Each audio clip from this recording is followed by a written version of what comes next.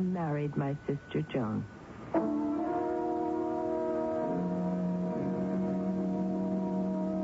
How very strange are the ways of destiny. How little we know of the vicissitudes of life. How ignorant we are of the wisdom of our decisions, or even why we make them as we do. No wonder that sometimes it seems better just to stand still. I shall be back shortly with Act Two.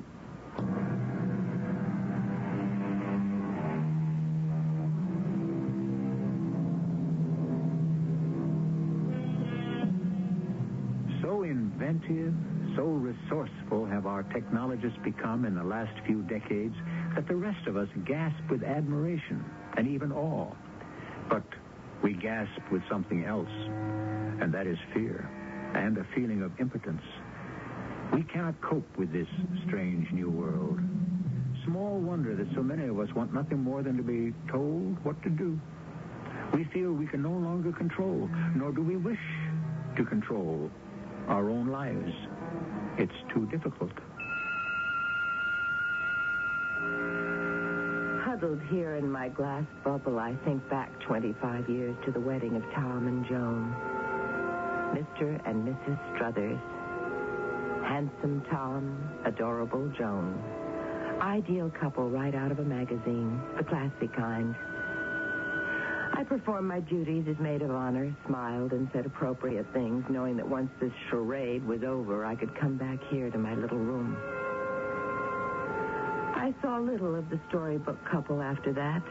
I had no wish to, and probably they felt the same way. They thought me strange, and I thought them ridiculous. They went their way, and I went mine. Until a week ago. Who is it? I said, who is it? Go away, please. I don't permit dogs here. Doris, it's Joan. Joan? Your sister. Let me in. Have you got a dog with you? If you won't hurt you. Come on, Doris. Open the door. Well, if you're sure. Oh, what an ugly black thing. Tom. So big. It's so black. Are you going to let us in? Both of you? I never go anywhere without him, and vice versa. Well, why did you come here? Let us in, and I'll tell you. All right, okay. Thank you so much. Come on, baby. Baby? You call that big black thing baby? Are you staying long? I've left Tom. You what? His jealousy was unbearable. What did he have to be jealous about? Can I help it if I'm attractive to men? What men? Oh, Terry and Dwight and Martin. Any man, all of them. Men I don't even know. He's jealous of the way they look at me on the street, in restaurants, any place. And every time one of them phones me, oh, my dear, what scenes. Well, are you going to give me a cup of tea or something? Oh, well, come in the kitchen. I'll give you some tea, and then you can figure out what you're going to do. Where you're going to live. Why, here. I'm going to live here with you. Where else would I live? I was horrified, aghast. The very thought of anyone invading my privacy, encroaching on my solitude, it was unbearable. The fact that this was my sister, well, I hardly knew her anymore. She was Mrs. Tom Struthers. Her life was a world apart from mine. And mine? What did she know of my life? What could she know? What did I want her to know? Nothing. Now I have to have her here with this huge, black, hairy monster constantly at her side? No, I could not endure it. Now, there's your tea. Drink up and then call Tom and tell him you're coming back. You have a phone? Of course I have a phone. There's one on the wall over there, and there's an extension upstairs. See that you use this one. Why this one? Because the other one is in my room, and I don't allow anyone in my room. Why not? Because I don't. Now finish your tea and then call Tom. I can't. Doris, I can't go back to him. I really can't. How can I make you understand? You've never had men interested in you. Do I have to remind you that Tom was interested in me? Oh, years ago. That he only married you after I turned him down? Did you really turn him down? I always wondered. Well, I did. Why did you? Not that he's anything special. Tom is a very good man. I simply had other things to do with my life, which did not include marriage. Let me stay for a day or two at least. Out of the question. Till I can make other arrangements. What sort of arrangements? Well, I could go to a hotel, perhaps. Do that. I can't. Not right away. Why not? Why not this afternoon? Because I'm expecting some calls. Everybody thinks I'm staying here with you. Everybody? You told everybody you were staying with me? Not everybody. Just a few people. Who, for instance? Jack and Marty and Charles. Men. All men? Doris, I can't help it if I have this fascination for men. I suppose I'm what they call a femme fatale. It's not my fault. Then Tom's right. No. You have been playing around. Oh, no, I wouldn't. Tom's got every right to be jealous. He hasn't. I swear to you he hasn't. It's just that they run after me all the time. You mean they'll be calling here? They might. I can't have it. For a week. A few days. Oh, let me stay overnight. At least you can let me stay overnight. Oh, Doris, I'm your sister. You're the only person I can turn to. Please, just till tomorrow. You've got plenty of room. Please, just for tonight. How about the dog? He'll be good. He'll be quiet. Oh, please. Well, you can have Father's old room. Don't you sleep there? It's the best room in the house. I have my own. The one I had when I was little. That dinky little room. It suits me. I gave her Father's room, and she and her big black dog settled in. The dog behaved well, I have to admit that. He simply followed her around. But he was not quiet. Every time the phone rang, he barked and barked and barked till Joan answered it. And an hour after her arrival, it started ringing. I get it. I got it. Yes? Hello. Oh, Stephen, why did you call me? You know I told you not to. Stephen, Jimmy, Marty, Bob, an endless string of phone calls. What was she, this sister of mine? A witch? A sorceress? Or simply a wicked woman? I enclosed myself in my glass bubble oftener each day, and for longer periods of time. I began to be fascinated by these phone calls, and I began to pay them strict attention. The pattern was always the same. I'll get it. I got it. Yes? Oh, Andy. Oh, she was clever. Feline and clever. And my glass bubble was not having its old effect on me. I could not attain that state of morbid intensity. I was too distracted, too distraught. The sound of that provocative little voice stirred memories in me. It was becoming unbearable. And I had to do something. I went to see Tom Struthers. Why, Doris, this is a surprise. Come in. I have to talk to you, Tom. What's the matter? Are you all right? You know your wife is staying with me. Oh, is she? Oh, I thought she might go to you. Tom, I know about your jealousy. She told me. My jealousy? Oh, my dear, you can't be blamed for it. Oh, well, that's nice to know. You have no idea what it's been like since she's moved in with me. Men have been calling her at all hours of the day and night. I don't know who they are, but there must be dozens of them. Really? The phone rings, the dog barks, Joan rushes to the phone. It's another one. And I mean, the way she talks, so coy and kittenish, leading them on, but never really saying anything. know what I mean? I know very well. You mean they've called her here?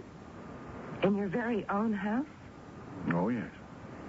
Oh, poor Tom. Well, no wonder you were jealous. Who could blame you?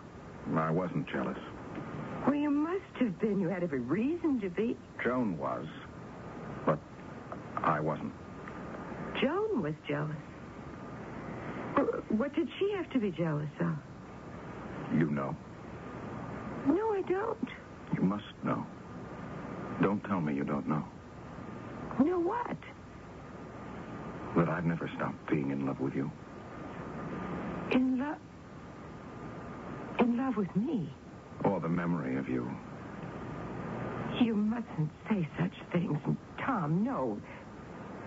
Now, it can't be. It's been 25 years. We've hardly seen each other. I have a very good memory. Look, we will forget you've said any of this.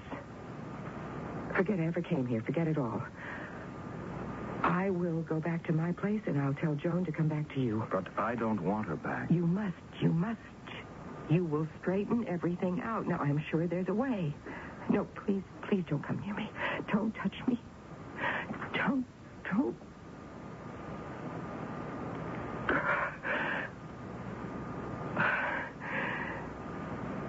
We will forget that, too. I drove home too fast, too recklessly. My emotions in turmoil, my heart racing, all with confusion. Tom had not been jealous. Tom had loved me. I drove faster and faster and more recklessly.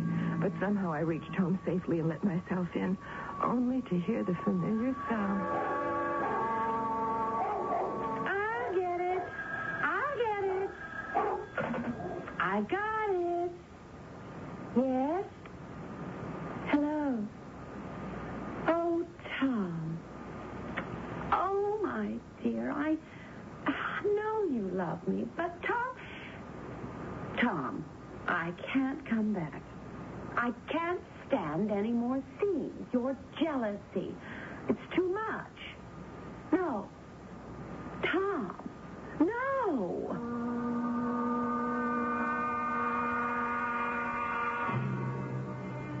Then I knew my sister was possessed. To be possessed is to be dominated by an extraneous personality, or by a passion, or an idea, or an impulse, or, if you will, by a demon. It is a mystery why anyone would desire to be so possessed. But it is becoming more and more apparent that a great many people gladly surrender to outside authority and willingly, even eagerly, abdicate their autonomy. Self-possession has become for them an unbearable burden. I'll be back shortly with Act 3.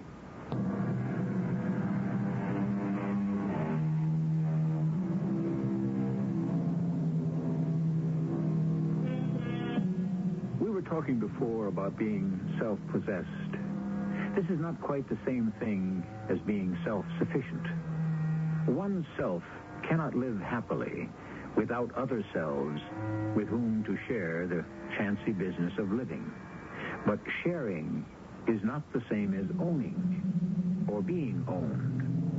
One must belong to no one and nothing but oneself. Or what one shares with other selves is worth little or nothing at all. Curled up here in my glass bubble, my knees pulled up to my chin, and my eyes closed tight. I strive with all my will to induce the feeling of morbid intensity that Strindberg described and so often experienced within his own glass bubble. It will not come. Memories.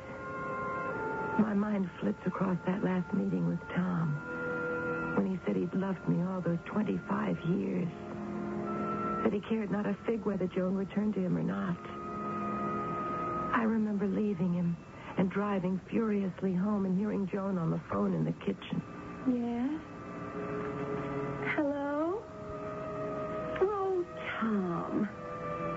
Tom, I can't come back to you. No, Tom. No. And I remember, too, with a sharp stab of pain, my certain knowledge that my sister was possessed. After that shattering moment of truth a week ago, I retired to my little room, to my glass bubble. I never left it. And the telephone rang several times each day. And the dog barked. And Joan rushed to the kitchen phone, and her soft, seductive voice floated up to me. I'll get it. I got it. Yes? Hello? Oh, Jim, is it you again? The mood was upon me. Every nerve quivered. Every sense was sharp, acute. I reached out my hand to the white telephone on the little white bedside stand. I had to know who it was that Joan was lying to this time. Softly, stealthily, I lifted the receiver of my white telephone and put it to my ear. Oh, Jimmy, you're such a dear boy, and I'm most awfully fond of you, but... Oh, no, don't say that. You mustn't speak to me that way. Because it's not right. The receiver fell from my hand. There was no second voice on the line. Joan was speaking to a voiceless being, a creature only she could hear. She was still talking to the voiceless entity when I crept out of the house, got into my car, and drove, cautiously, deliberately this time, to Tom's cottage. Doris, you came back. Darling. No, Tom, don't come closer. But I have something of the utmost importance to tell you. All right, darling. Sit down and tell me. I will try to be brief. Oh, take as long as you like. No, I must tell you quickly because I have to get back. Joan is possessed. Possessed? Possessed? Oh, come on now, Doris. Listen to me. When I went home after that last time I saw you, when I walked into the house, Joan was on the phone in the kitchen. She was talking to you. To me? I haven't talked to Joan since she walked out on me. That's when I knew she was possessed. She was talking to someone she thought was you. Who could it be? I don't have any idea, and I couldn't care less. Well, I care. She is my sister. So what I did, I shut myself up in my room. I didn't even come out for meals. I told Joan and the servants I had a cold. Then today, half an hour ago, the phone rang. The dog barked, of course. And Joan ran to the phone the way she always does. But this time, I picked up the extension, the phone in my room, and I listened in. Well, who was it she was talking to? No one. No one? No one that could be heard, except by Joan. Doris, what are you getting at? A disembodied voice. I don't get it, Doris. I really don't. A voice from out there somewhere. Oh, come on now. A demon voice. Doris, and please. who was transmitting the demon voice? Who? The only one who could. The devil. Doris, sweetheart. Doris, baby. Baby. Yes, baby. That's what she calls him. What do you... Imagine calling the devil baby. You don't mean the dog, do you? Of course I mean the dog.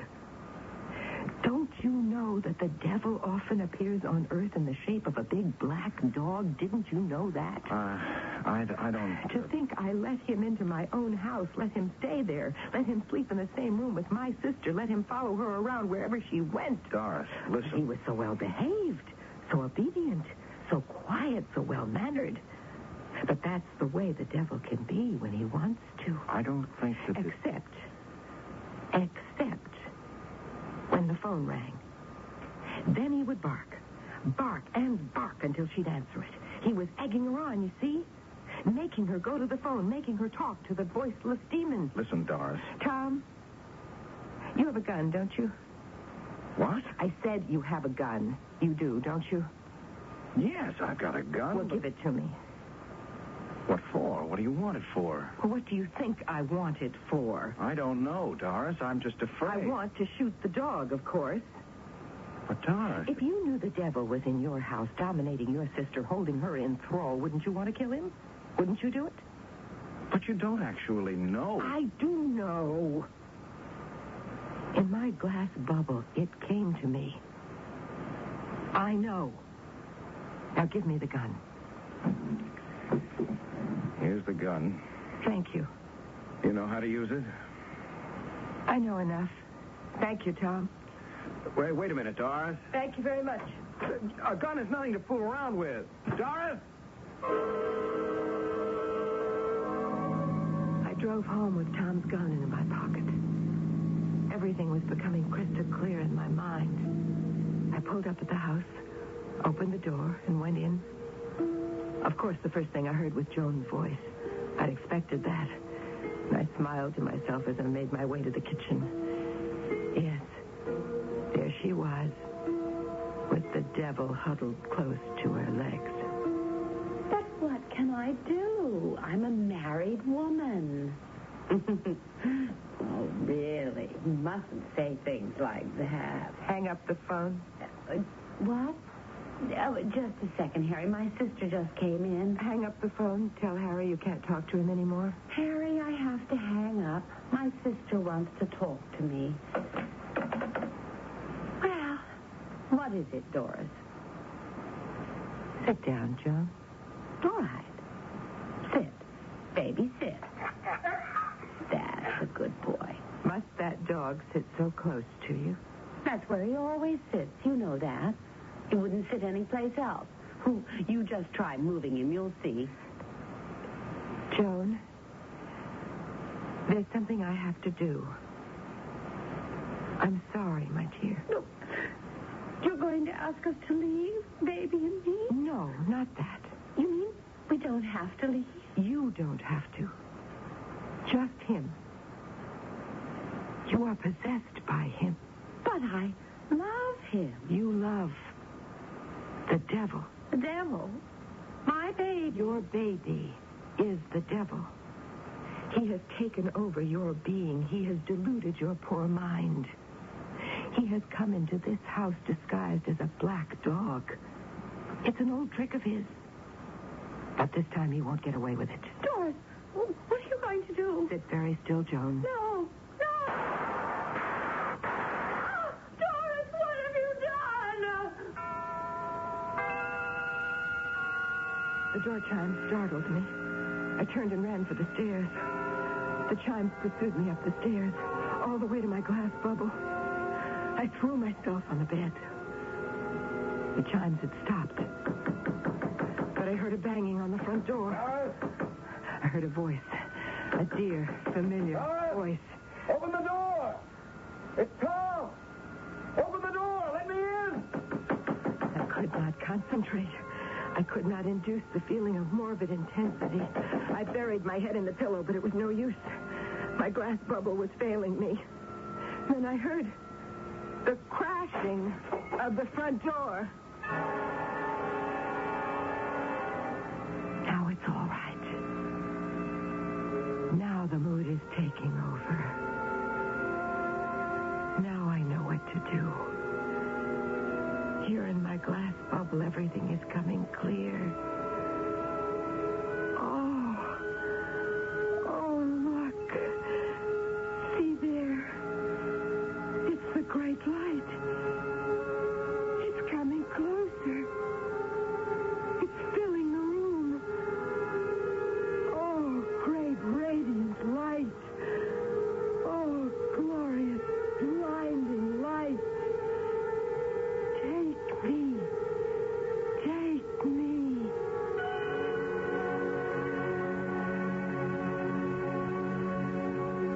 I got there too late. I found Joan in the kitchen, sitting in a chair, the dog beside her. She had a bullet through her head. Upstairs, I found Doris. The coroner called it heart failure. What else could he call it? Everybody dies of heart failure, right? As long as your heart beats, you're alive. Am I right? Yes, sure, I'm right. Oh, the dog. The dog was okay. I brought him home with me. We're getting to be real pals. Since I'll never get married again, he's good company. The only company I've got, actually. Oh, I suppose you're wondering about those phone calls. No mystery. You dial the operator and ask her to test your phone. You think something may be wrong with it. Hang up. Wait a few seconds. Phone rings. Pick it up. Say thanks. And when she's off the line, you go on talking. So nobody, of course. Very effective if you want to make somebody jealous. Joan used to do it all the time, but it didn't work with me because I still loved Doris. Now there's no one. Just me and the dog.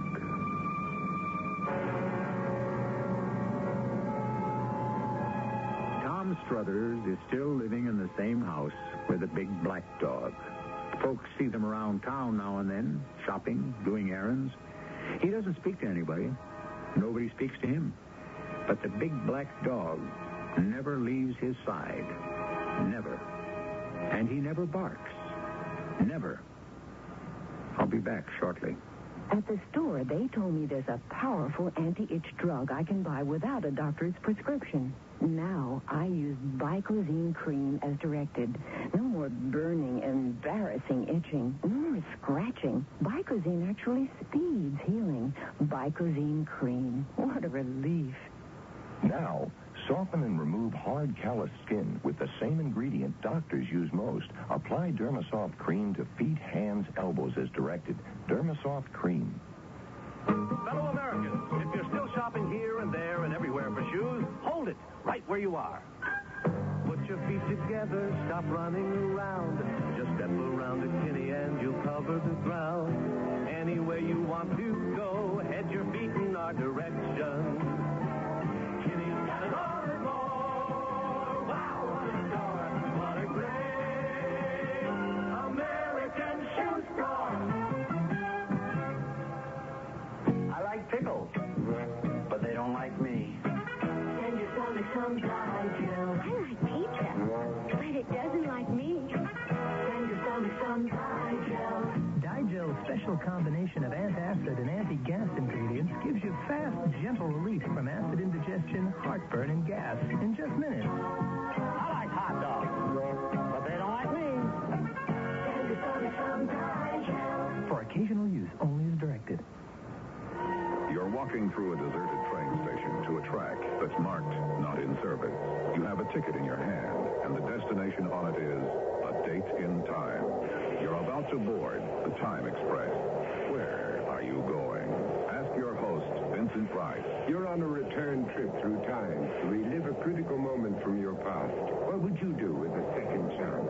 Find out when you board the Time Express. New on CBS television, Thursday night at 8, 7 Central and Mountain.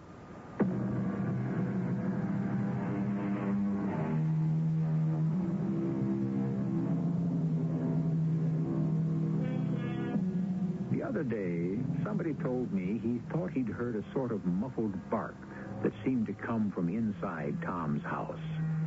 He thought, too, that he'd heard Tom's phone ring just before. It's occurred to me that after a couple of years, maybe Tom got so lonely that he dialed the operator and asked her to check his telephone. I could be wrong, of course, but I don't really think I am. Our cast included Terry Keane, Patricia Elliott, and Tony Roberts. The entire production was under the direction of Hyman Brown. This is E.G. Marshall inviting you to return to our Mystery Theater for another adventure in the macabre. Until next time,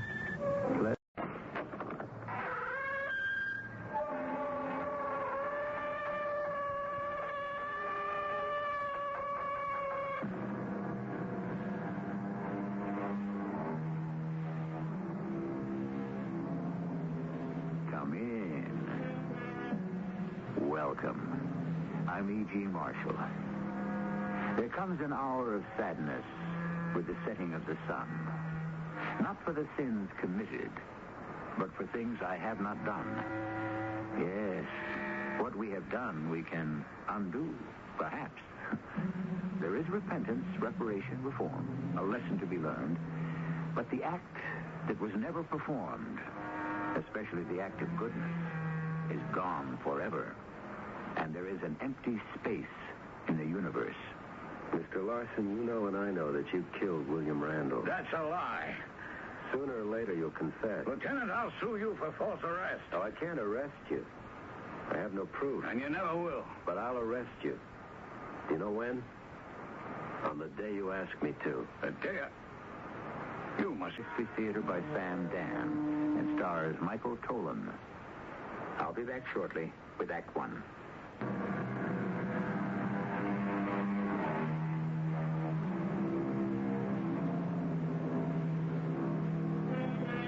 What was that poem about the rose that turned its face to the sun each day with love and adoration? The rose that lived only for the light and warmth in the smile of the sun. And, of course, the sun was completely unaware of the worshiping rose. Didn't even know it existed, and most likely wouldn't care. By this time, you probably begin to get an idea of what our story will be about. And you're right. Homicide, Lieutenant Leone. Hello? Are you calling the police? Yes? Did you ask for the homicide division? Yes. What can I do for you? Mr. William K. Randall, the late Mr. Randall, the theatrical producer who was murdered. Yes? I know who did it. You do? Yes. Go to 987 East 83rd, apartment 1B. The lady's name is Taylor. Miss Sarah Jean Taylor. 987 East 83rd, Sarah Jean Taylor. Have I got that right? Hello? Hello?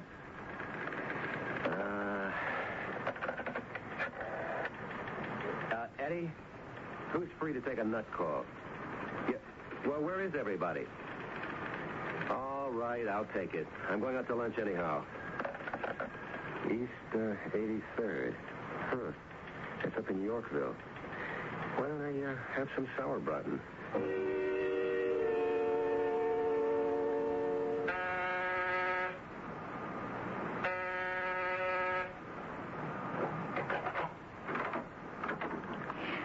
Yes? Miss Taylor? Yes. Miss Sarah Jean Taylor? Yes. My name is Leone, Detective Lieutenant Leone. My identification. Oh, I believe you. May I come in? Please. I was wondering, Miss Taylor, if you could help us.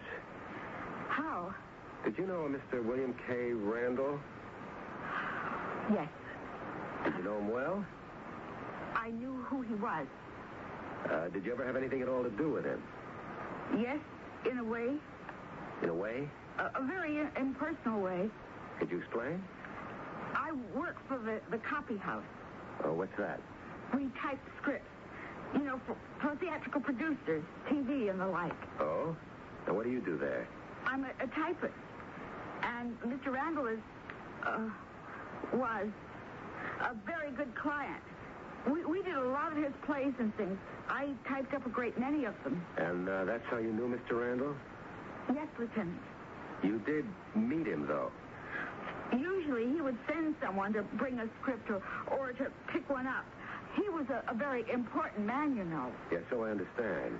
Sometimes, though, if there was no one to send or if he was in a hurry or one thing or another, he'd stop by himself. Maybe something had to be corrected. Then I'd have to come in from the back room, and he'd tell me about it. That would be the only time you'd ever see him? Yes. And the only time you'd ever speak to him? Yes. And you'd never talk about anything except the business of typing one of his manuscripts? Yes, that's right. Never any personal conversation? Oh, why would there be any personal conversation? Well, he might say good morning, good afternoon, depending on the time of day. Did he know your name? He might have. When he'd come in, whoever was up front would say, Sarah Jean worked on that. I'll call her. Oh, then he did know your name was Sarah Jean. Well, he was so busy and important, my name probably meant nothing to him. Why should he remember it? Would you say that he was aware of you as a person? I'm not sure. How long had he been coming in there and having these encounters with you? Perhaps 10 years. And in 10 years, you don't think you made any visual impact on his consciousness? No, not really. The William K. Randalls, they live in a faraway world of their very own.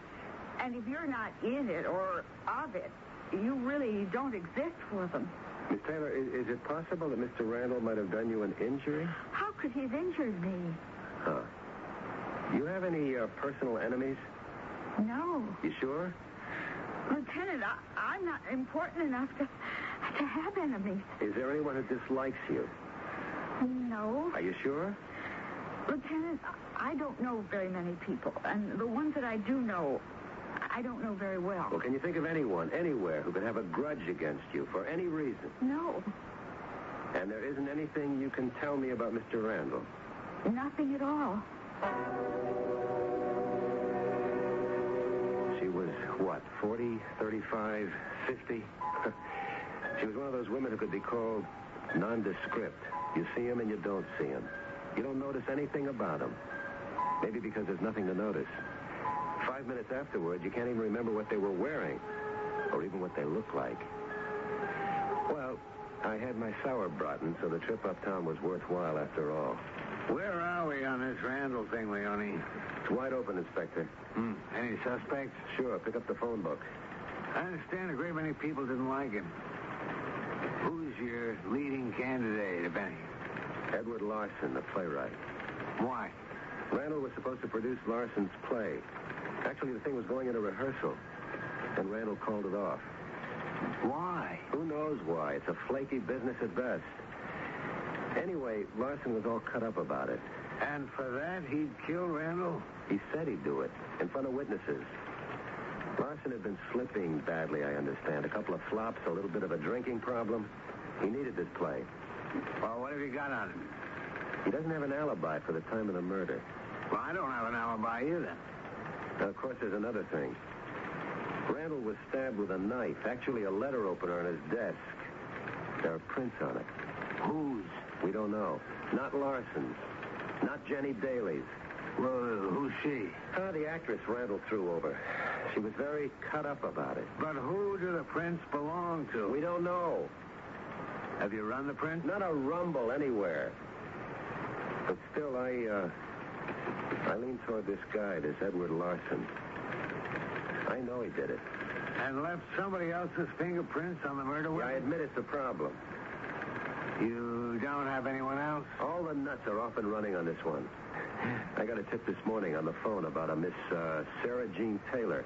Oh, who's she? A mousy little dame. She works as a script typist. Well, what connection would she have with Randall? The company she works for types his manuscripts. Anything there? No, I don't see how.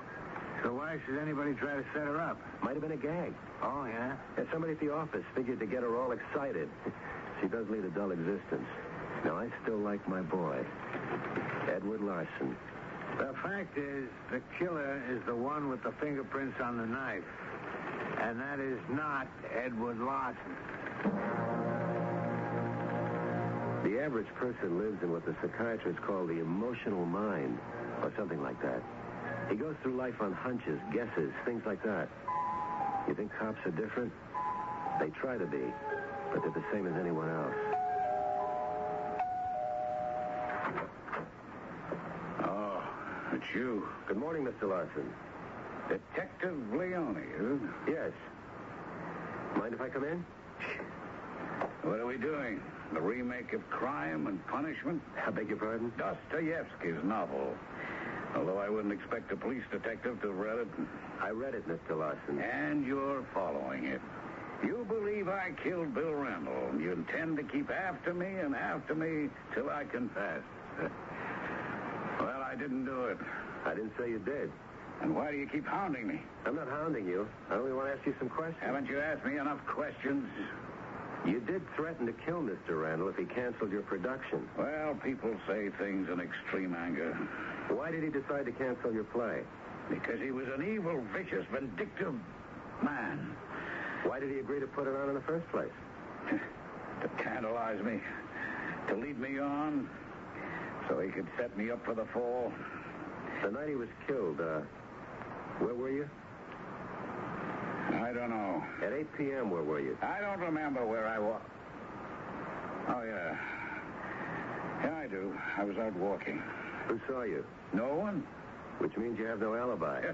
If I'd known I'd needed one, I'd have made sure to have had one. At 4 p.m., you went to Frank's. That's a bar on the west side. I don't deny it. You were drinking pretty heavily. I had good reason. Frank himself says you were starting to say some violent things. Well, that's probably true. You said you were going to murder Randall, a swine who didn't deserve to live. He didn't deserve to live. No dispute there. Then along about 7:30, you stormed out of there. It was a pouring rain, but that didn't stop you. I wanted to be washed clean.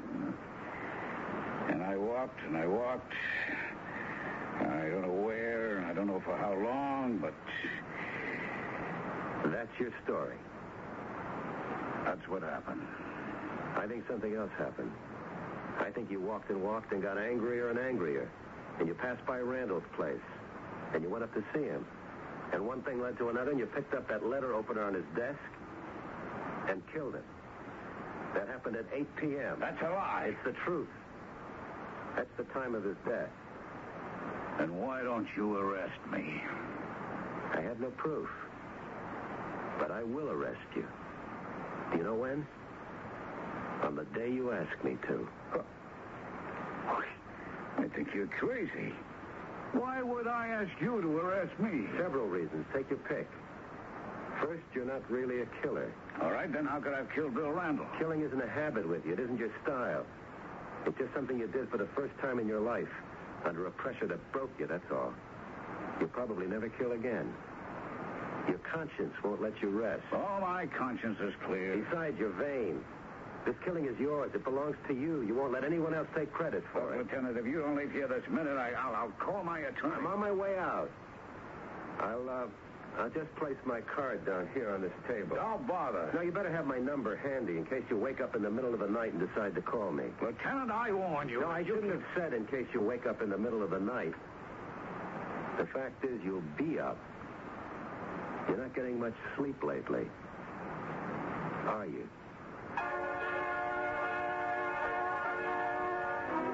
Probably not. But then again, who knows? We like to think that guilt lies heavy and destroys repose. The fact is, many of history's greatest villains got their full, refreshing 8 hours a night. And besides, how do we know Edward Larson is really guilty? All that Lieutenant Leone has is a hunch. It's true he's a cop. But does that automatically make him right? We need Act Two.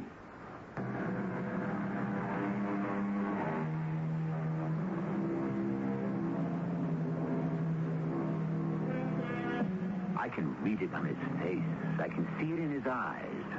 How many times do we think we can deduce from a look, a gesture, the story of another person's life?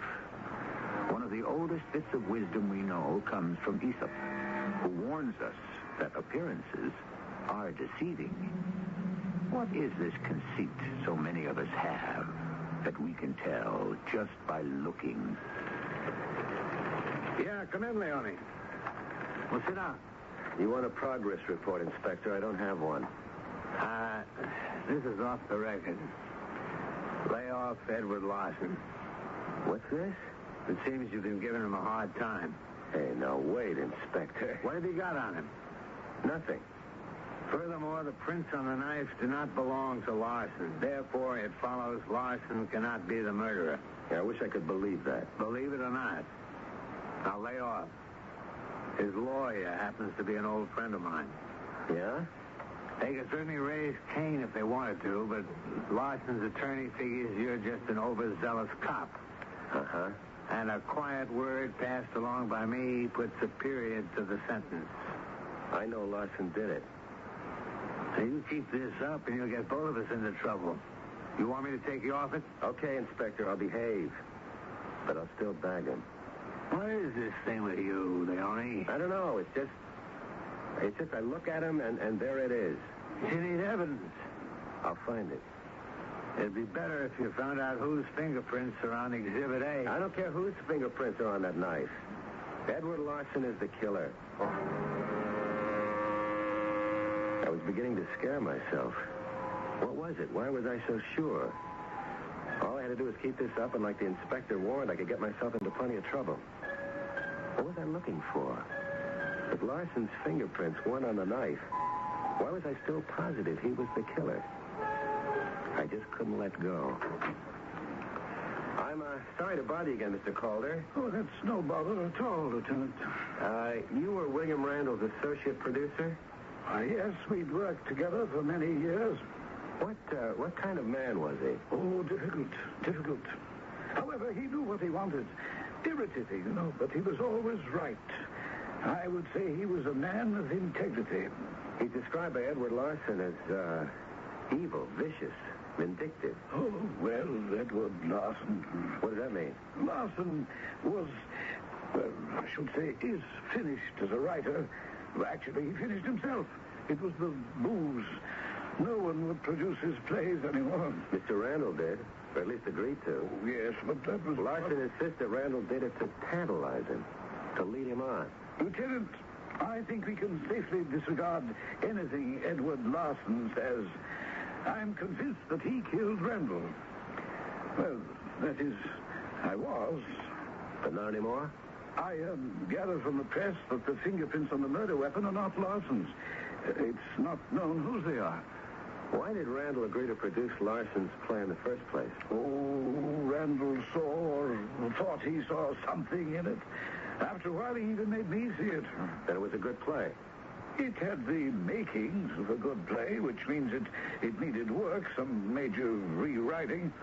I told Randall that Larson simply was incapable of doing the rewrites. But Randall didn't agree. Well, he said, let's give him a chance. It's the last one he'll ever have. Who knows? It might be an opportunity to salvage him. I didn't believe that. Why not? Because I know Larson doesn't have it anymore. Whatever his gift is, or was, is gone. And you could see that in his play. We'd all agree a scene needed tightening or a character required development, and then when Larson brought in the new draft, it was worse than before, worse. Then soon the drinking began. And you say that Randall did not deliberately lead Larson on? I think Randall took as much as was humanly possible, and then he simply acknowledged the inevitable. If Larson didn't kill Randall, who else could have? Oh, me?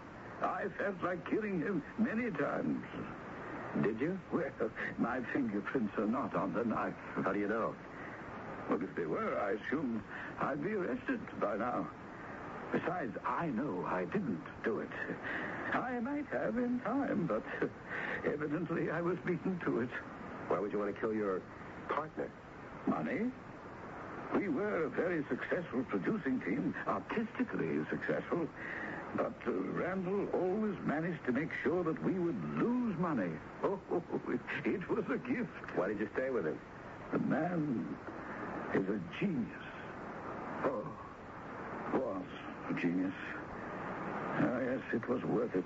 Besides you, who could have killed him? Well, time is of the essence, so let's stay with prime candidates. Jenny Daly?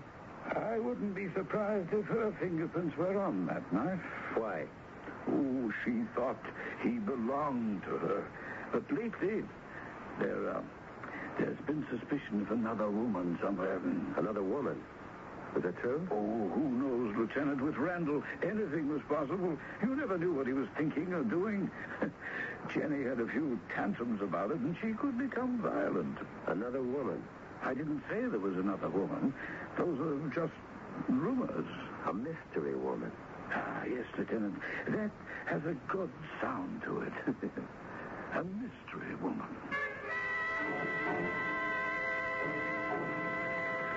What's this about a mystery woman? They think Randall was tied up with some mysterious dame.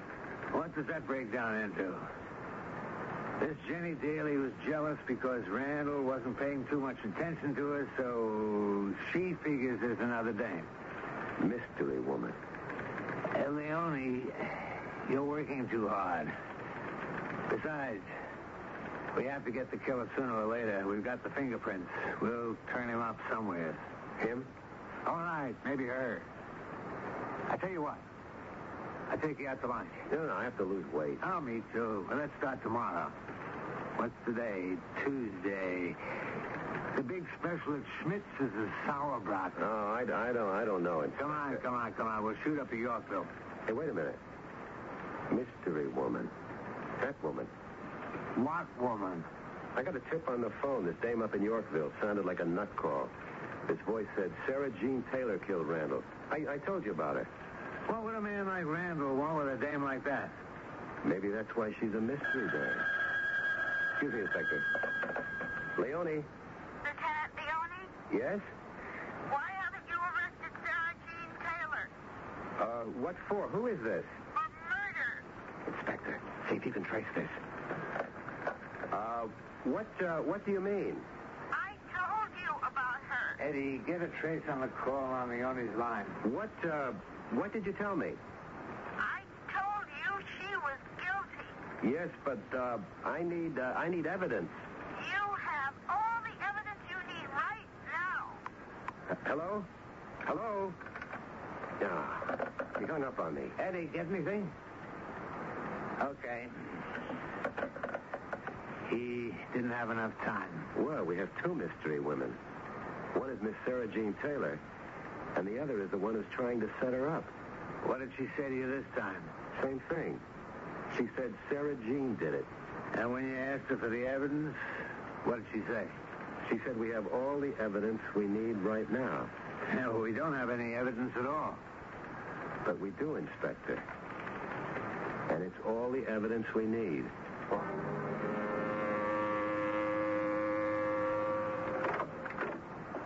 Good morning, Miss Taylor. Oh, it's the detective. May I come in? Please. Miss Taylor, I must ask you to come down to police headquarters. Why? I haven't done anything. No, nobody says you did. Well, then why am I being arrested? You're not being arrested. Then why must I go? We'd like to ask you some questions. Oh, well, you've already asked me some questions. Well, we have to ask some more. Well, then ask them here. Look, Miss Taylor, I'm asking you to cooperate. However, if you refuse, I can return with a warrant. A warrant? Then I am being arrested. No, please, Miss Taylor. A certain matter has to be cleared up. What certain matter? We can only attend to that at headquarters. But I'm innocent. I didn't do it.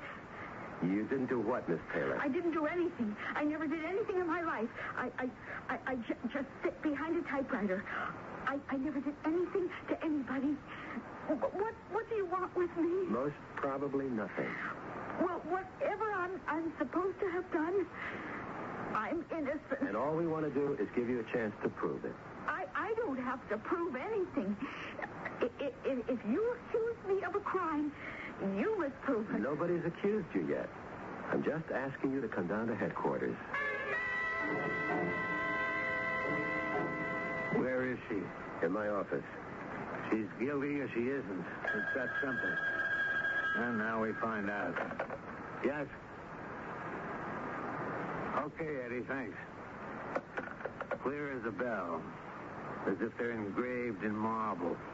Those are her prints on the knife. They are? Eddie downstairs says he's never seen such sharp, bold prints.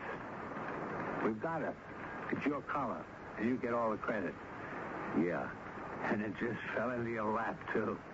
Well, makes up for all the tough ones. Let's book her.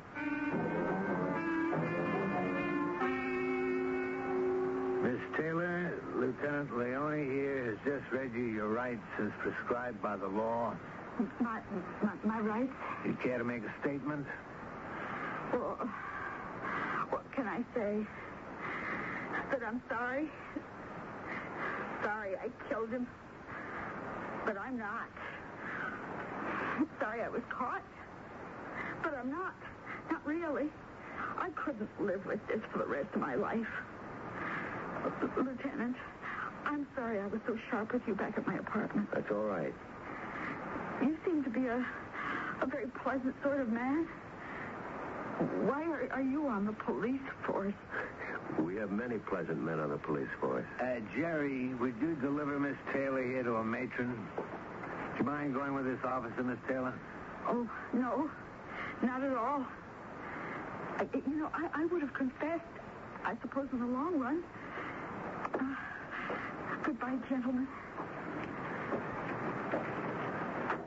And so, Lieutenant, that wraps it up. We have the killer of William K. Randall. Have we? What's this now? Are you all right, Leonie? I don't think we got the killer. Leonie, her fingerprints are on the knife. She admits it. And this bears out your theory of a mystery woman. What are you doing? I don't care about her fingerprints. I wouldn't believe her on a stack of Bibles. And who says we have a theory of a mystery woman? Leonie, I'm going to humor you for about 10 seconds. Now, you say she didn't do it. Who did? Who? Edward Larson. Who else?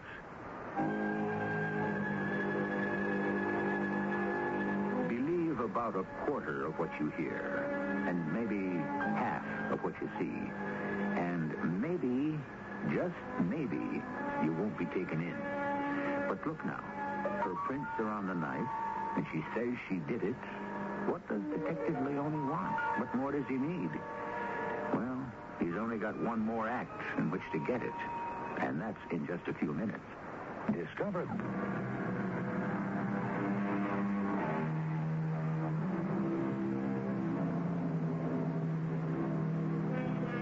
How do we know what we know?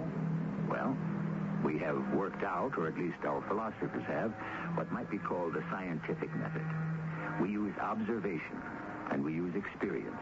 We use testing. We set up criteria, and we use common sense. If you're caught with your hand in the till, obviously you're up to no good.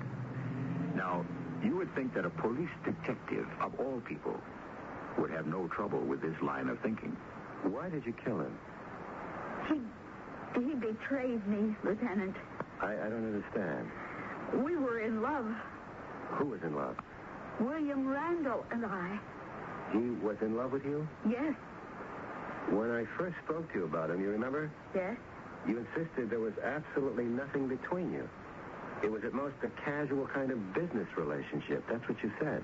I lied. I was under no obligation to tell you the truth. I wasn't under oath. Well, yes, Miss Taylor, but besides, our love was a secret thing. Oh? Soon he would leave the theater, leave this entire way of life, and the two of us would retire to a lovely mountain wilderness. I have his letters with me. I'll read you one. His letters? All the letters he wrote to me. I carry them always. A lovely mountain wilderness made tame by your presence. And thus we too shall know the joys of Eden. That's what he wrote to you? Oh, yes. And listen, ask nothing more of me, sweet. All I can give, I have given. Forget that I remember and dream that I forget. Oh, that's when it started. Yes, to what?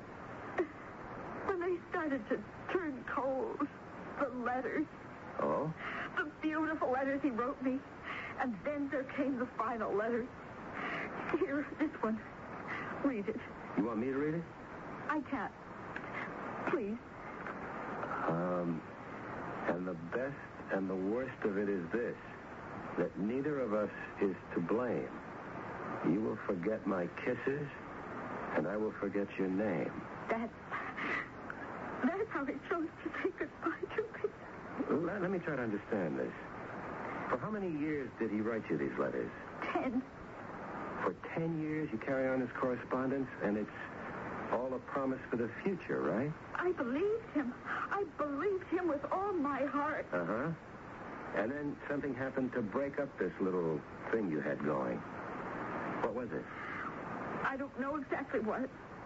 I don't remember. But it made you mad. Mad, yes. In the sense that it deprived me of my reason temporarily. And so you decided to kill him? I did. In a fit of rage. All right. Tell me, how did you get into his apartment? I had a key. A key? Yes. Forgive me. I thought you'd implied all this time that it was a platonic affair. I have implied nothing. You may infer whatever you choose. Can you tell me what happened? Yes. I received his last letter. I brooded, and I decided to face him with it. I went to the apartment, and we talked. And then I thought it was of no use. He had become tired of me. He just decided to cast me aside. So I became furious. I saw the letter opener, long, slim, sharp, and lethal. I picked it up and I plunged it into his heart, his fickle and faithless heart. Yeah. You've never been in love, Lieutenant. If you can doubt what I'm telling you, I killed him. Let the world know it. Let the world judge me.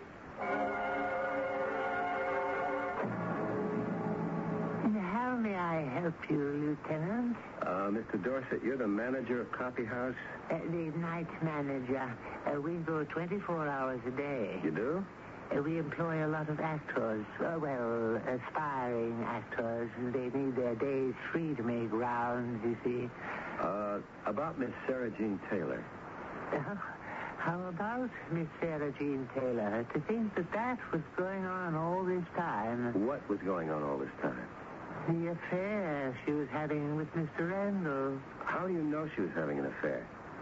Isn't that what it says in the papers? What would happen when he would come in here? The most superb acting you would ever hope to see in your life. But who knew then that it was acting? What did it look like? Just the most casual, impersonal, unimportant passing of the time of the day. Even that very last time. What about it? He had complained about 10 wrong pages in a script. And she said she would work overtime and deliver it that evening. I happened to overhear it. She said, I'll hand it to the doorman. And he said, I don't have one. I'll tell you what.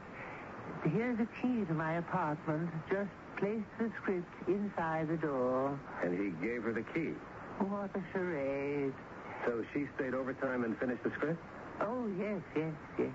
Till 10 o'clock. And then she left. Till when? At 10. You're sure? Oh, yes. I marked her time sheet. 10 o'clock. Thank you very much.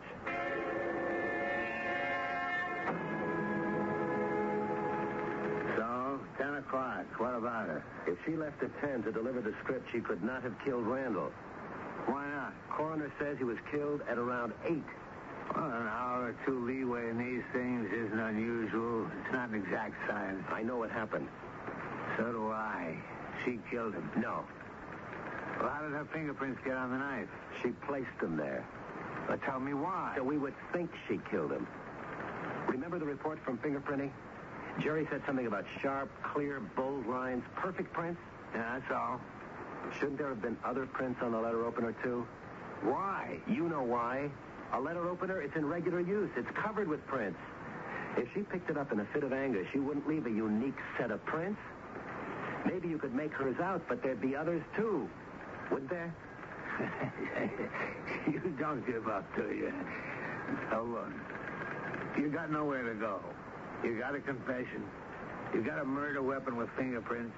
It's established she went there, and so we can safely say, case closed.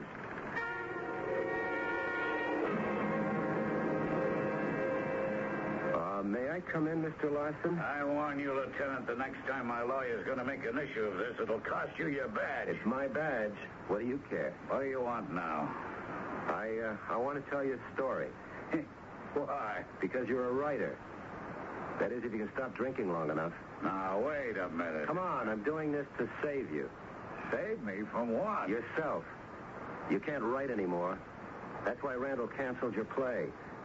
You couldn't face that terrible truth, so you killed him. All right, I heard enough. I'm calling my lawyer. Why? He can't solve your problem. I can. What are you talking about? I'll give you a theme.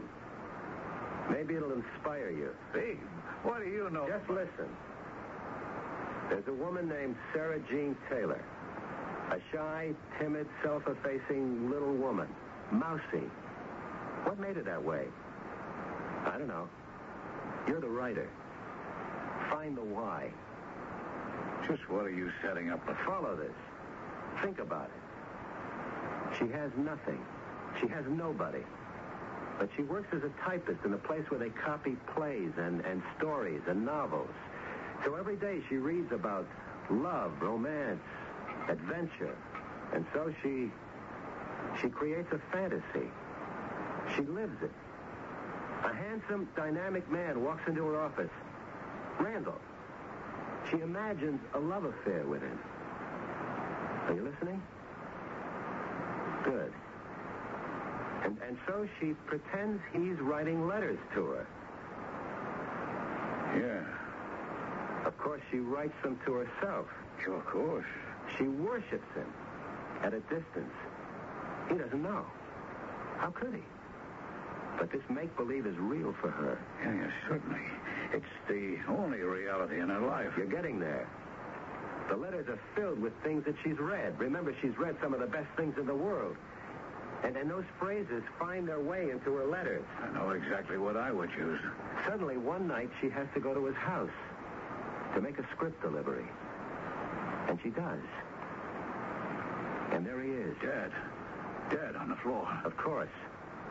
What an opportunity. She couldn't have him in life, so she'll have him in death. He's been murdered. She sees the weapon on the floor. A letter opener. That's right. She wipes it clean and carefully places her own fingerprints on it. And how does she get caught? She disguises her voice, tips off the police, keeps leading them on. Naturally, yeah. Naturally, she wants to be caught. Naturally. And she is. They've got her. Never mind that a stubborn detective sees through it. They've got her nailed. They could send her up for life. Now, I ask you, Mr. Larson, as a dramatist, as a storyteller, is this how it should end? Well, is it?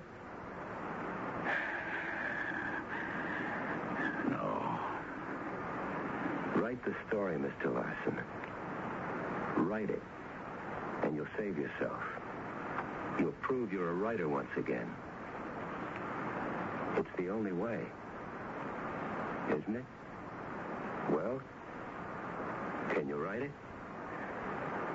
I can write it. Can you write the true ending? Because without it, you have no story. Yes, Lieutenant. Yeah. I can write it. Mr. Dorset? Hello, Lieutenant. Welcome back to Copy House. Isn't it marvelous the way things worked out? Our Sarah Jean was innocent after all. Yes, she was. Do you suppose I could see her for a minute? Certainly. Just go through that door. Thank you. She didn't kill him. But do you personally think she was having an affair with him? Through this door? Miss Taylor? Oh, it's you, Lieutenant. I just thought I'd drop by. Oh, that's very considerate. Make sure you're getting along okay. Oh, yes. Everything's fine. You don't have to worry anymore. The case is closed. The case? The Randall murder case. Oh. You won't be bothered again. I don't think there'll even be a trial. Larson will spend the rest of his life with psychiatrists. It's been nice meeting you, and I'm happy everything turned out well. Oh, thank you. Goodbye, Lieutenant. And so, my love, my dearest, my very own, now that I have found you, I shall never leave you. Say the words that will make me the happiest of mortal men. Your adoring Lieutenant Leone.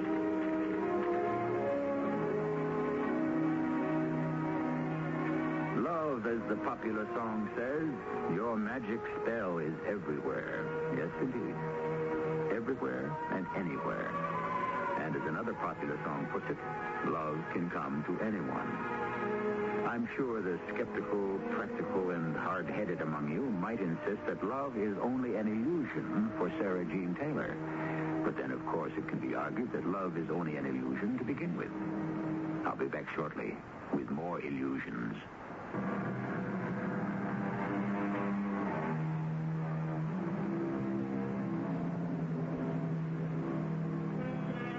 So many people are alone and lonely. So many people work at humdrum, routine jobs. So many people live by themselves. Is this the only world they know? Or do they transport themselves into another realm, somewhere high in the imagination? That quiet, serious, nondescript-looking woman across the aisle on the bus. No ring on her finger. She probably isn't married. What is she thinking about? What is she dreaming about? Some of those dreams would make the finest stories in the world. And what a pity that we shall never hear them. Our cast included Michael Tolan, Martha Greenhouse, Robert Dryden, and Ian Martin. The entire production was under the direction of Hyman Brown. This is E.G. Marshall inviting you to return to our Mystery Theater for another adventure in the macabre. Until next time, pleasant dreams.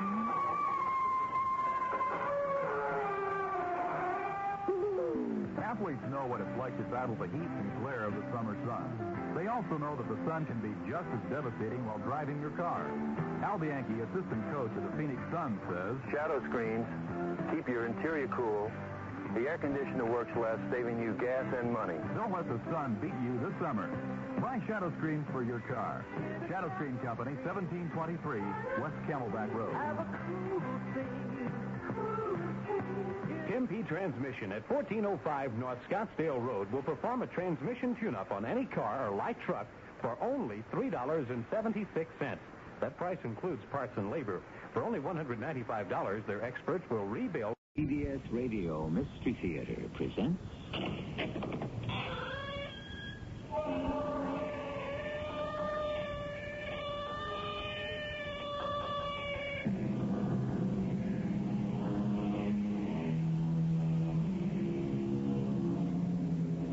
Come in. Welcome.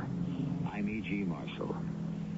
In a great narrative poem, Sir Walter Scott wrote, "And come he slow, or come he fast, it is but death who comes at last." The phrase of choice for one of our foremost weekly magazines is, "As it must to all men." That we must die is a constant in all our lives. But how? Through what agency? And where will we pass to once beyond that gate? That is the open question which will never be answered. The speculation from which stories such as this are spun. Oh, I knew it. You knew what? Anytime the old man sends me out on a special assignment, there'd have to be trouble. Not unless you make it. Don't tell me you're here for the same lady, Lucifer. That's right, Michael. Well, that poses quite a problem, doesn't it?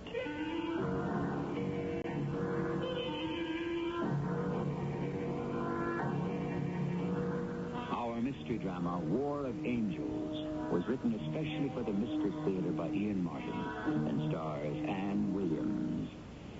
It is sponsored in part by Contact, the 12-hour cold capsule. I'll be back shortly with Act One.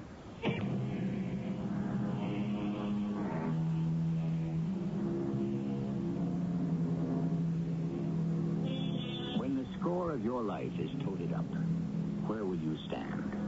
On the side of the angels or the devil? It's a fair guess that very few of us would fall squarely in one camp or the other. We'd probably hover somewhere in the middle and hope that our fate beyond would at least be open to discussion or adjudication. But supposing it had been determined before our demise, not by just one immortal force, but two, diametrically opposed, who would win? Let's have Lillian Bryant, publisher and president of Bryant Publications, answer that question for us. Okay, Mary, I have the morning list. Tell my daughter I'll call her back. You can inform Norman Whaler I will not pay 1 cent more for the article, and I want it held to 5,000 words.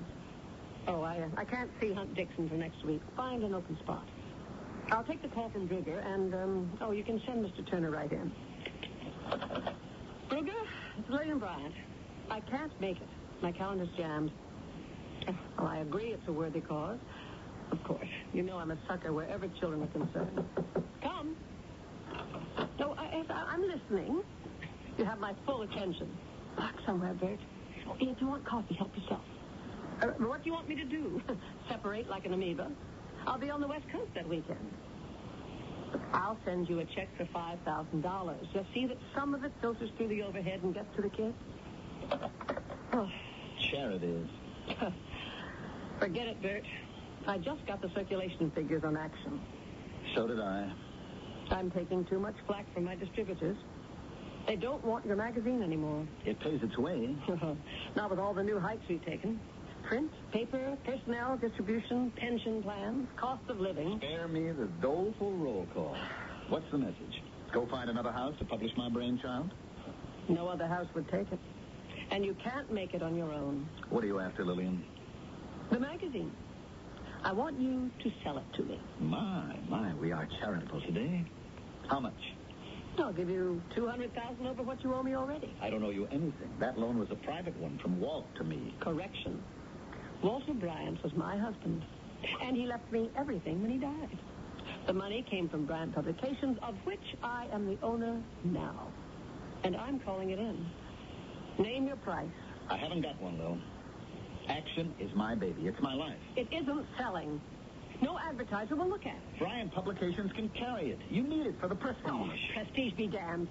I want everything this house publishes to make money. That's what we're in this business for. Well, you know that wasn't Walt's thinking. Look, Walt was my husband and your friend. But he isn't here anymore. My thinking runs this business now. I'll give you $250. That's my top offer. What would you do with it? Change it from top to bottom. Cheapen it, you mean? I'd make it sell to the public and to advertisers. I bet you would at that. Well, do we have a deal? Do I have the opportunity to make a last statement? If you make it short. If only I could make it sweet. Lillian, I've loved you for a long time. I lost you first to Jim Anthony, whom you loved, and second to Walter Bryant, whom you didn't. But Walt was my friend. He believed in me. More than that, he knew that magazine was my mistress, my wife, my children, my whole life. Without it, I had nothing. Look, I won't cry on your shoulder because you know that as well as I do. And it doesn't mean anything to you. So, of course, I'll sell to you. I haven't any other choice. I'm in hot up to my ears. Bert, if you had personal debts, you know you only have to ask me. No, you would never let me live with you. I'll be hanged if I'll live off you. It's only a matter of good business. Lil, ever since Jim walked out on you, that's your life, isn't it? You married Walt to the business, knowing he was going to die. You knew Walt intended me to take over, but you muscled me out and left me with one magazine. Now even that you'll take away from me. All right, you can have it. But it'll cost you $500,000. You strike a hard bargain. For my lifeblood? Take me with it as editor, and you can have it for nothing. That's not the deal. Bert, I'm sorry. No, you're not, Lil.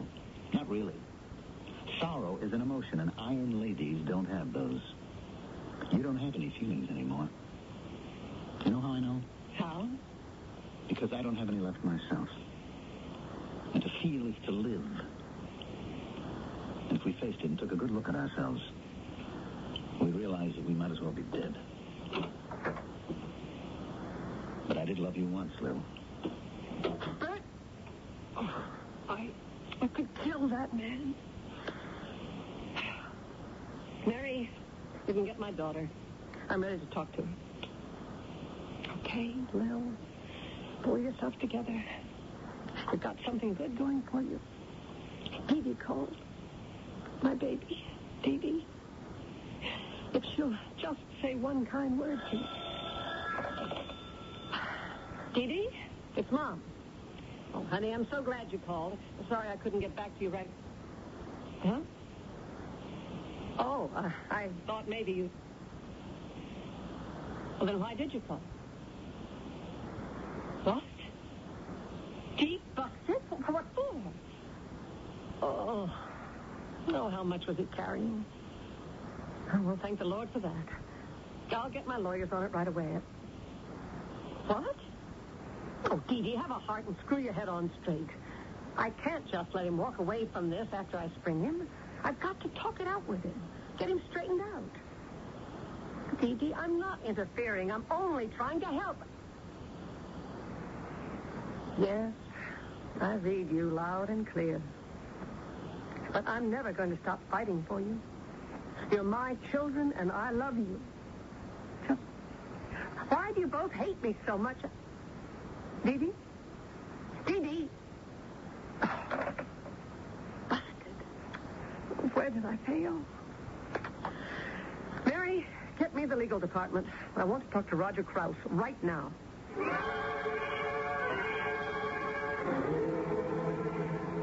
What's the difference, Mom? It's a free country. If I want to be a pothead, who's to stop me? Me. I won't let my son throw himself away. Oh, for Pete's sake, will you cut it? Cut what? The silver cord. I'm a big boy now. Oh, not the way you're acting, you're not. I am old enough to make my own decisions. I swore when you stuck your oar in between Sissy and me that was the end of the apron string. I saved your neck then, and I'm trying to save it again. I don't want you to save it. I want you off it. You want me to revoke the bail and send you back to that filthy jail you just got out of? Oh, I don't care. Doesn't matter.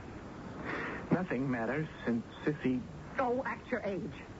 The girl was older than you. She was beneath your class, and the whole thing was a cut-and-dried hold-up. So I bought her off.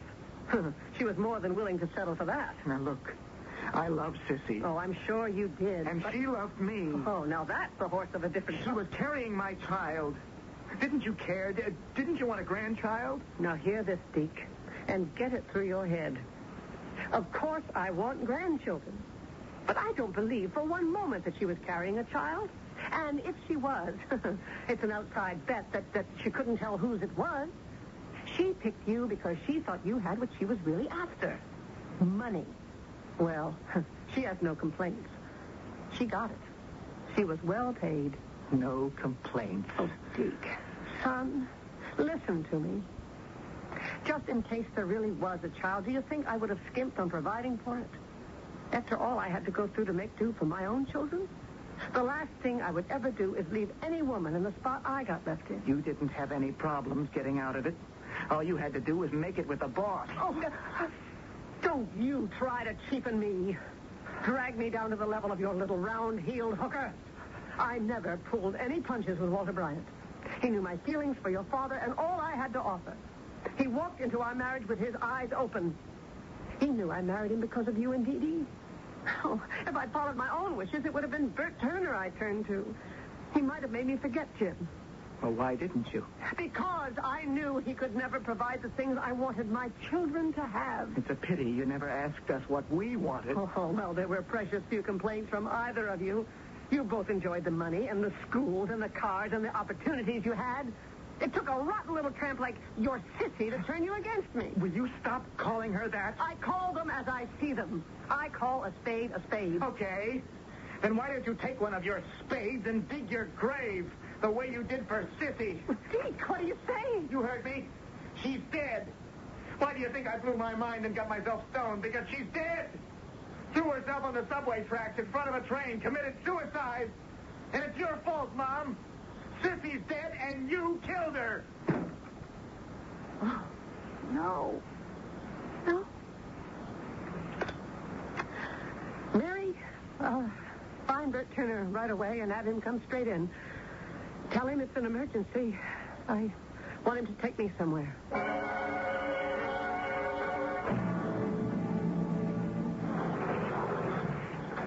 Would you pull back the sheet, attendant, please? Yes. It's her. You all right, Lillian? Just a little faint. Take me out of here, Bert. Sure. Come on. You don't have to hold me. I'm all right. Why did you put yourself through that? I had to be sure. Now you know. Just get me in a cab and take me home, Bert.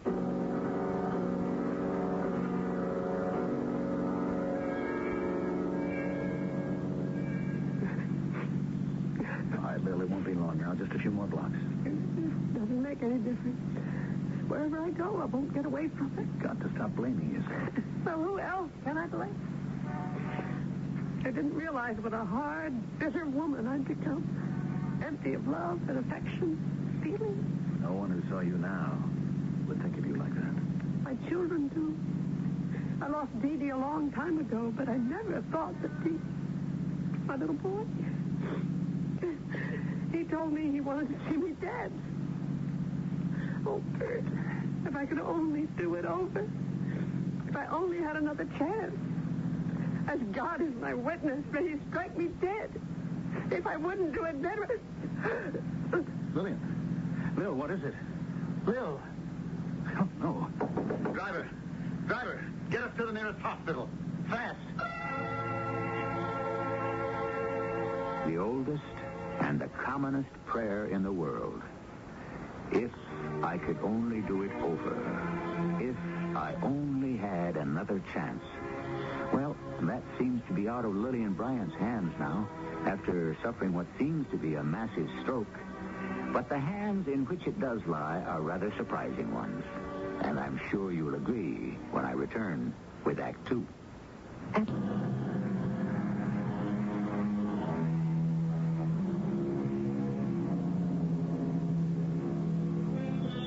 In the midst of life, we are in the midst of death. Of whom may we seek for succor, but of thee, O Lord. Words from the burial service in the Book of Common Prayer run through Bert Turner's bowed head, sitting outside in the emergency waiting room, while inside a team of doctors works frantically to restore the spark of life to Lillian Bryant's body. He is much too absorbed in his own thoughts to notice that he is no longer alone. Not that he would have noticed anyway, for the two who have entered are invisible to mortal eyes. By all that's holy. Michael. Speak of the devil. Lucifer. What brings you here? To this hospital? I have a pickup. Must be rather important to bring out heavy artillery like you. Couldn't Death have handled it on his regular round? This one is special delivery. Already assigned to us. The old man felt it needed expert handling. You want to pick up, too? Yes. A little out of your line, isn't it? My principal didn't want us to go through regular channels. Who are you here for? Lillian Bryant, also known as Lillian Anthony. Also known by her maiden name, Lillian Bruce. I knew it. You're here for the same lady? Yes. It poses quite a problem, doesn't it? I don't see why, Michael. I've been looking over her dossier. This dame is a real grade-A witch. Strange. But that's not the impression I get from the dossier I was given on the lady. If you'd read mine, you'd have no doubt about her. If you leafed through mine, you'd find out she doesn't really belong in your place. So you care to have a look? All right. She hasn't quite crossed over yet, it'll serve to pass the time. Yes. Heaven only knows how long it may take. Careful with the pages. I wouldn't want her sins just smudged with soot. You may find my record a little hot for you. Maybe you'd better put on your gloves. Don't worry. Now, with your permission, I like to concentrate when I read. Subject born May 16, 1939. Married high school sweetheart, Jim Anthony, 1957. First child, Dee Dee, a girl, born 1958. Second child, Deke, boy, born 1959. Hired as stenographer Publications, 1962. Met Bert Turner following year. Hey, it's really coming down, isn't it? Oh, yes. And I forgot my umbrella. Me too. Hey, you work in our company, don't you, Brian? Yes, I do, in the Steno Pool. Oh, I'm Lillian Anthony. Oh, I'm Bert Turner. Oh, hi. Hey, there's the cab. Come on. Oh, come on, where? I'll give you a ride. You don't think I want to be responsible for a pretty girl like you being drowned?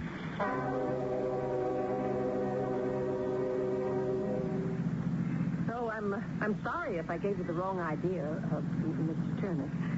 Bert, what wrong idea? Well, I don't think you'd have gone this far out of your way if you'd known I was married and had 2 babies. Why not? Who takes care of the kids? My husband.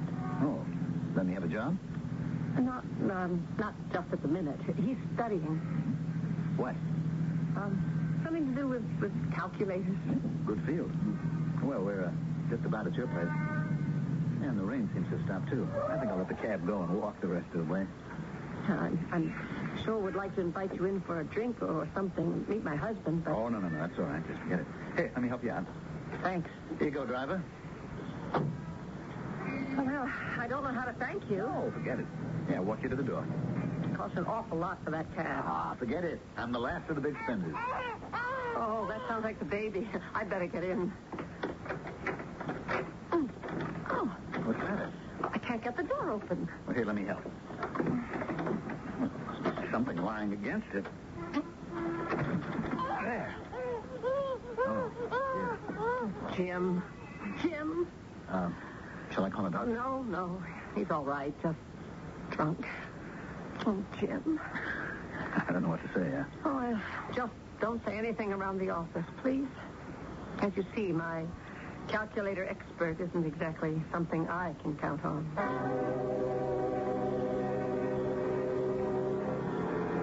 That was the beginning of a friendship between Bert Turner and the Anthonys.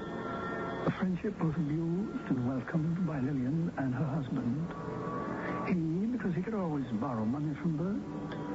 Lillian, because of the man she loved. She had found only half a man. Then one evening, some 3 years later, the friendship ended.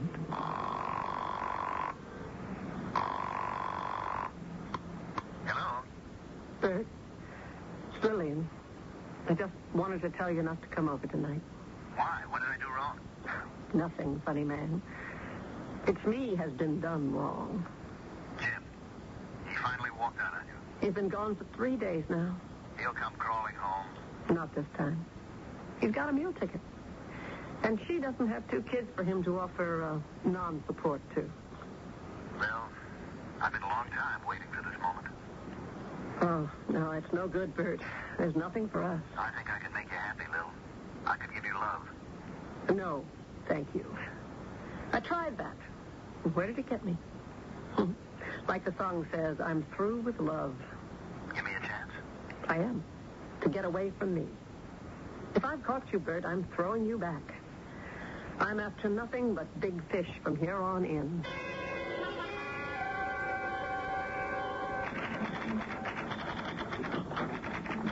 Hi, Lil. Oh, hello, Bert. You're working pretty late, aren't you? I have to. I have to take all the overtime I can. Kids get more expensive as they grow older. No word from Jim? Are you kidding? How long's it been now? Oh, I don't know. Nearly a year. Why?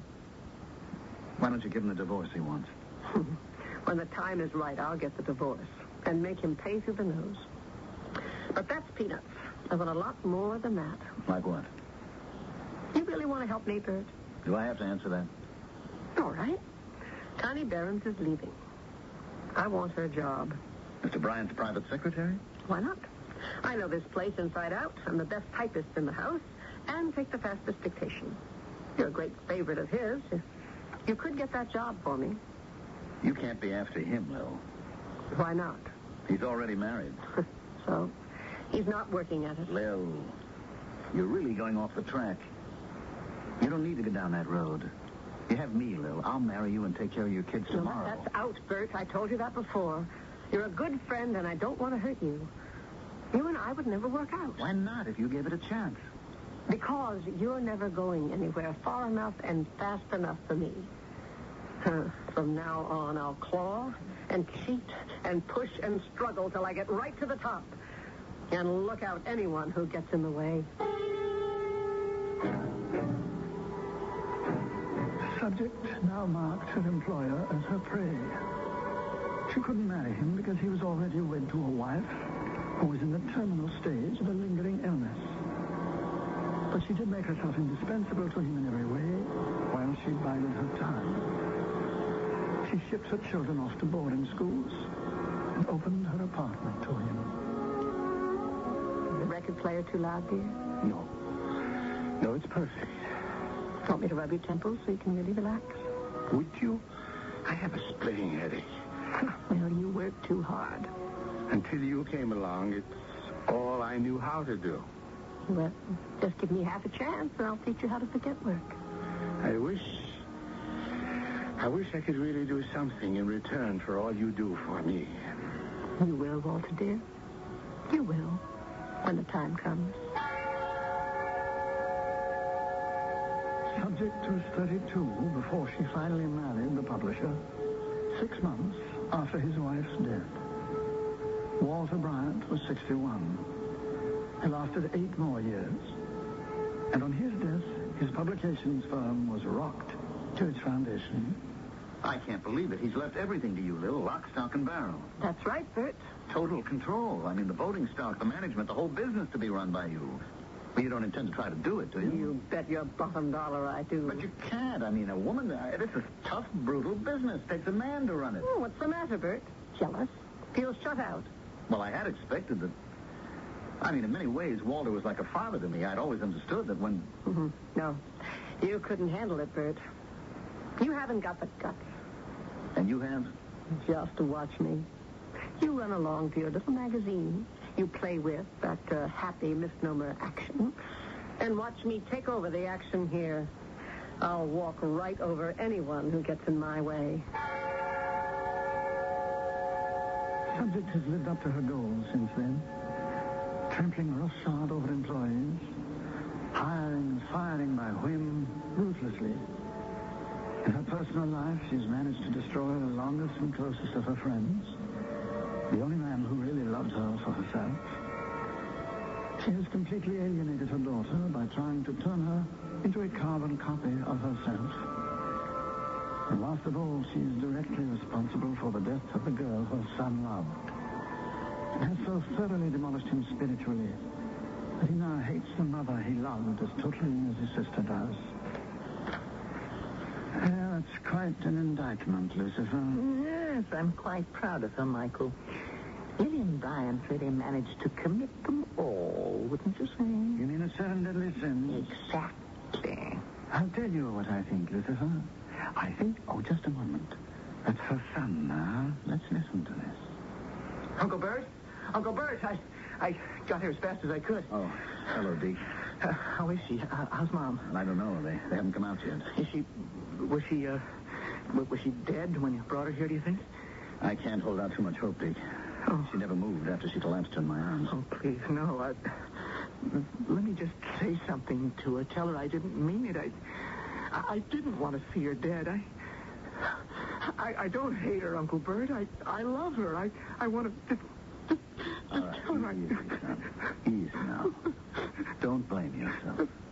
You mustn't blame yourself. Well, it seems there is at least one person she hasn't completely alienated, Lucifer. A feather in the wind. I'm going to take her now. Not so fast. First of all, have you read my dossier? I glanced through it. I wasn't impressed. No matter how you state it, the facts are still the same. No wonder. Before we make any rash moves, you'd better let me have my innings. Because in spite of your claim, I think the lady more properly belongs with us. And I think I can prove it. Perhaps the Archangel Michael will prove his point. But in a practical sense, it won't really make that much difference to those Lillian Bryant leaves behind, because, of course, she'll still be dead. Or will she? I shall return shortly with Act 3.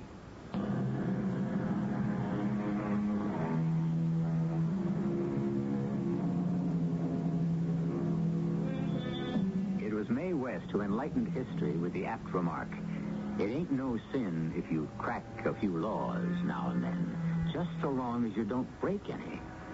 Would that apply in the case of a woman like Lillian Bryant? There's no question she was ruthless, success-oriented, opportunistic, driven, and in the moment of her death, almost totally alone. But had she no saving graces? Let's see if we can discover any now, as we listen to her attorney for the defense, the Archangel Michael. Let's make a comparison of the dossiers that we carry on Mrs. Bryant. If we keep it short and sweet, Michael, you religious types are always so long-winded. Don't you want to see justice done? I don't believe in justice. It's just a word. She's entitled to her day in court. All right, then let's get on with it. Well, first of all, let us consider the two human beings who are unwittingly sharing this hospital waiting room with us. Sure. But it's a sucker. And the son has a guilty conscience. You'll notice the daughter isn't here. You won't admit that it might be love that brought these two men here. After what she did to them, especially her son. All right. Let's just examine that relationship a bit more closely. You must have read in the dossier I was given of the case. I believe it was page 32. There's a description of how the son, Deke Bryant, came to his mother one evening. Who is it? It's Deke, Mom. Oh, come on in, darling. Oh, this is nice. Not out doing the town tonight? I wanted to talk to you. Oh, come in and sit by me. Mom, did Dad, I don't mean my real father, I mean, Uncle Walt, did he, didn't he leave some sort of a trust fund for me? Well, yes, dear. Walter was very generous. He left one for both you and Dee Dee. Very sizable, too. Give you both a good start in life. Yeah. There isn't any chance I could get mine now, is there? Now? Darling, it's in trust until you're through with school. Well, is there any way I could, borrow against it? Not without consent of the trustee. Well, who's that? It's me. I am. What is it you want this money for? Well, Mom, I want to get married. Married? At your age? Oh, you must be joking. I'm not joking. I love Sissy, and we want to be together. Now, just for once, will you not interfere? Just leave it at that and help me. I can't just leave it at that, Deke. You never can you? Oh, Deke, son, I'm only thinking of you. Married? I haven't even met the girl. Now, who is she? Sissy who? Well, you wouldn't know her. Well, I'd like to meet her. What's her full name? Sissy Patterson. Did you meet her at college? No, it was here in town. Well, who introduced you? Mom, there isn't time for all this. I got to get married right away. I need the money right away. I see. Deke, do you love this girl? Yes, Mom, I do. And no matter what you say, even if I don't get the money from you, I'm going to marry her anyway. That's right, Michael. I read all that. Then she went right behind the kid's back. She went to visit this girl, Susan. After having a detective agency dig her address and check her out. We won't argue about her methods, but this is what she found.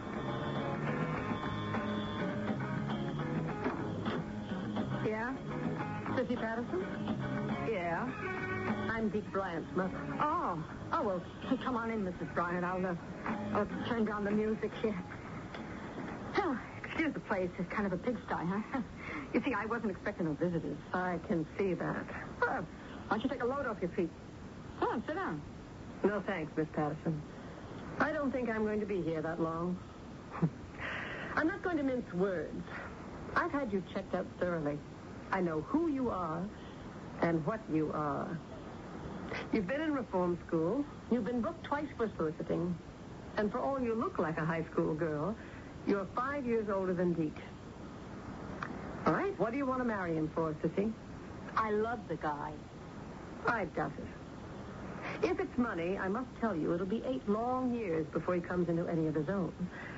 And I can tell you, if he marries you, he won't get 1 red cent from me. Yeah? Well, he better. He just better come across. Why? Because he got me in a family way, that's why. Well, I see. But it isn't only that. I really do go big for Deke, and I know he cares for me. He said you'd try to break us up, but I'm not going to let you, because I love him, you see? And I want to have his baby. I don't believe you. Well, you better. How much? Oh, I'm not after dough. I keep trying to tell you I love him. Sissy, if you really love Deke, you'll see it can't work for you. He has a college education to complete, pre-med school, medical school, internship. He won't be ready for marriage for years. And I suppose he won't be ready for a kid either. So what am I supposed to do? Get rid of it? I wouldn't ask any woman to do that. That's a question that's up to you. If there really is a child, I'll even take that on trust to save argument. I'm prepared to settle enough on you to make it worth your while to leave my son alone. Now, I have a certified check here for $100,000. If you accept it, I never want you to see Deke again. If you try to, I'll show him the canceled check. Don't make me do that. I don't want to hurt him that much. Am I boring you, Lucifer? You're just not scoring any points, Michael. The money didn't mean anything to her. She still interfered and broke her son's heart. And she drove that girl to suicide. You don't believe it was the mother's duty to keep these two apart? Anyone who tried to stand up against her, she squashed. Anything she wanted, she got. More power to her. Look at how she went after the old goat Bryant. I'm not so sure that her relationship with Mr. Bryant was quite that cold and opportunistic. Let's turn back the calendar and have a look. I wish you'd consider my proposition. No, I don't like that word, Lillian. My offer, or what it really is, my plea to you. I don't see how I can, Mr. Bryant. Walter? All right, Walter. It isn't only me. I have the children to think of. I can't marry you, Lillian. Phyllis is an invalid. She's dying. I couldn't ask her for a divorce. As soon as I'm free, I promise to make you my wife. That might be a long time. That's why I want, selfishly, to have you now, while I can enjoy you and appreciate you. I'll get you an apartment, a house, whatever you want. We could be together, almost as if we were man and wife. Almost. I'd set up trusts for the children, pay for their schooling, see them through college. What about your own children? Oh, it's a long time since they were children. They're all successful in their own right. And the business? You drive a hard bargain, Lillian. I think it'll be safe enough in your hands. I'll teach you all I know. Walter, dear, I want to be honest. I'm not in love with you. I know that, darling. But if we should enter into an agreement like this, I promise I will try never to make you feel that I'm not. Friend, Michael, don't be a poor loser. The loser would not be me, but Mrs. What is it? We have small company. Her daughter. Oh, I didn't see you there, Dee Dee. Oh, I just came in. Hi, Deke. Uncle Bert. I'm glad you came, Dee. I was afraid you wouldn't come. I made it as fast as I could. How's Mom? We don't know. There's no word. Oh, Deke, I have a message for you. Oh, what? Well, the nice cop, you know, the one with the mustache let you ring me when you were busted? Oh, yeah, Sam Drayton. A super guy. Yeah, well, he called me just as I was leaving. He thought it was your number.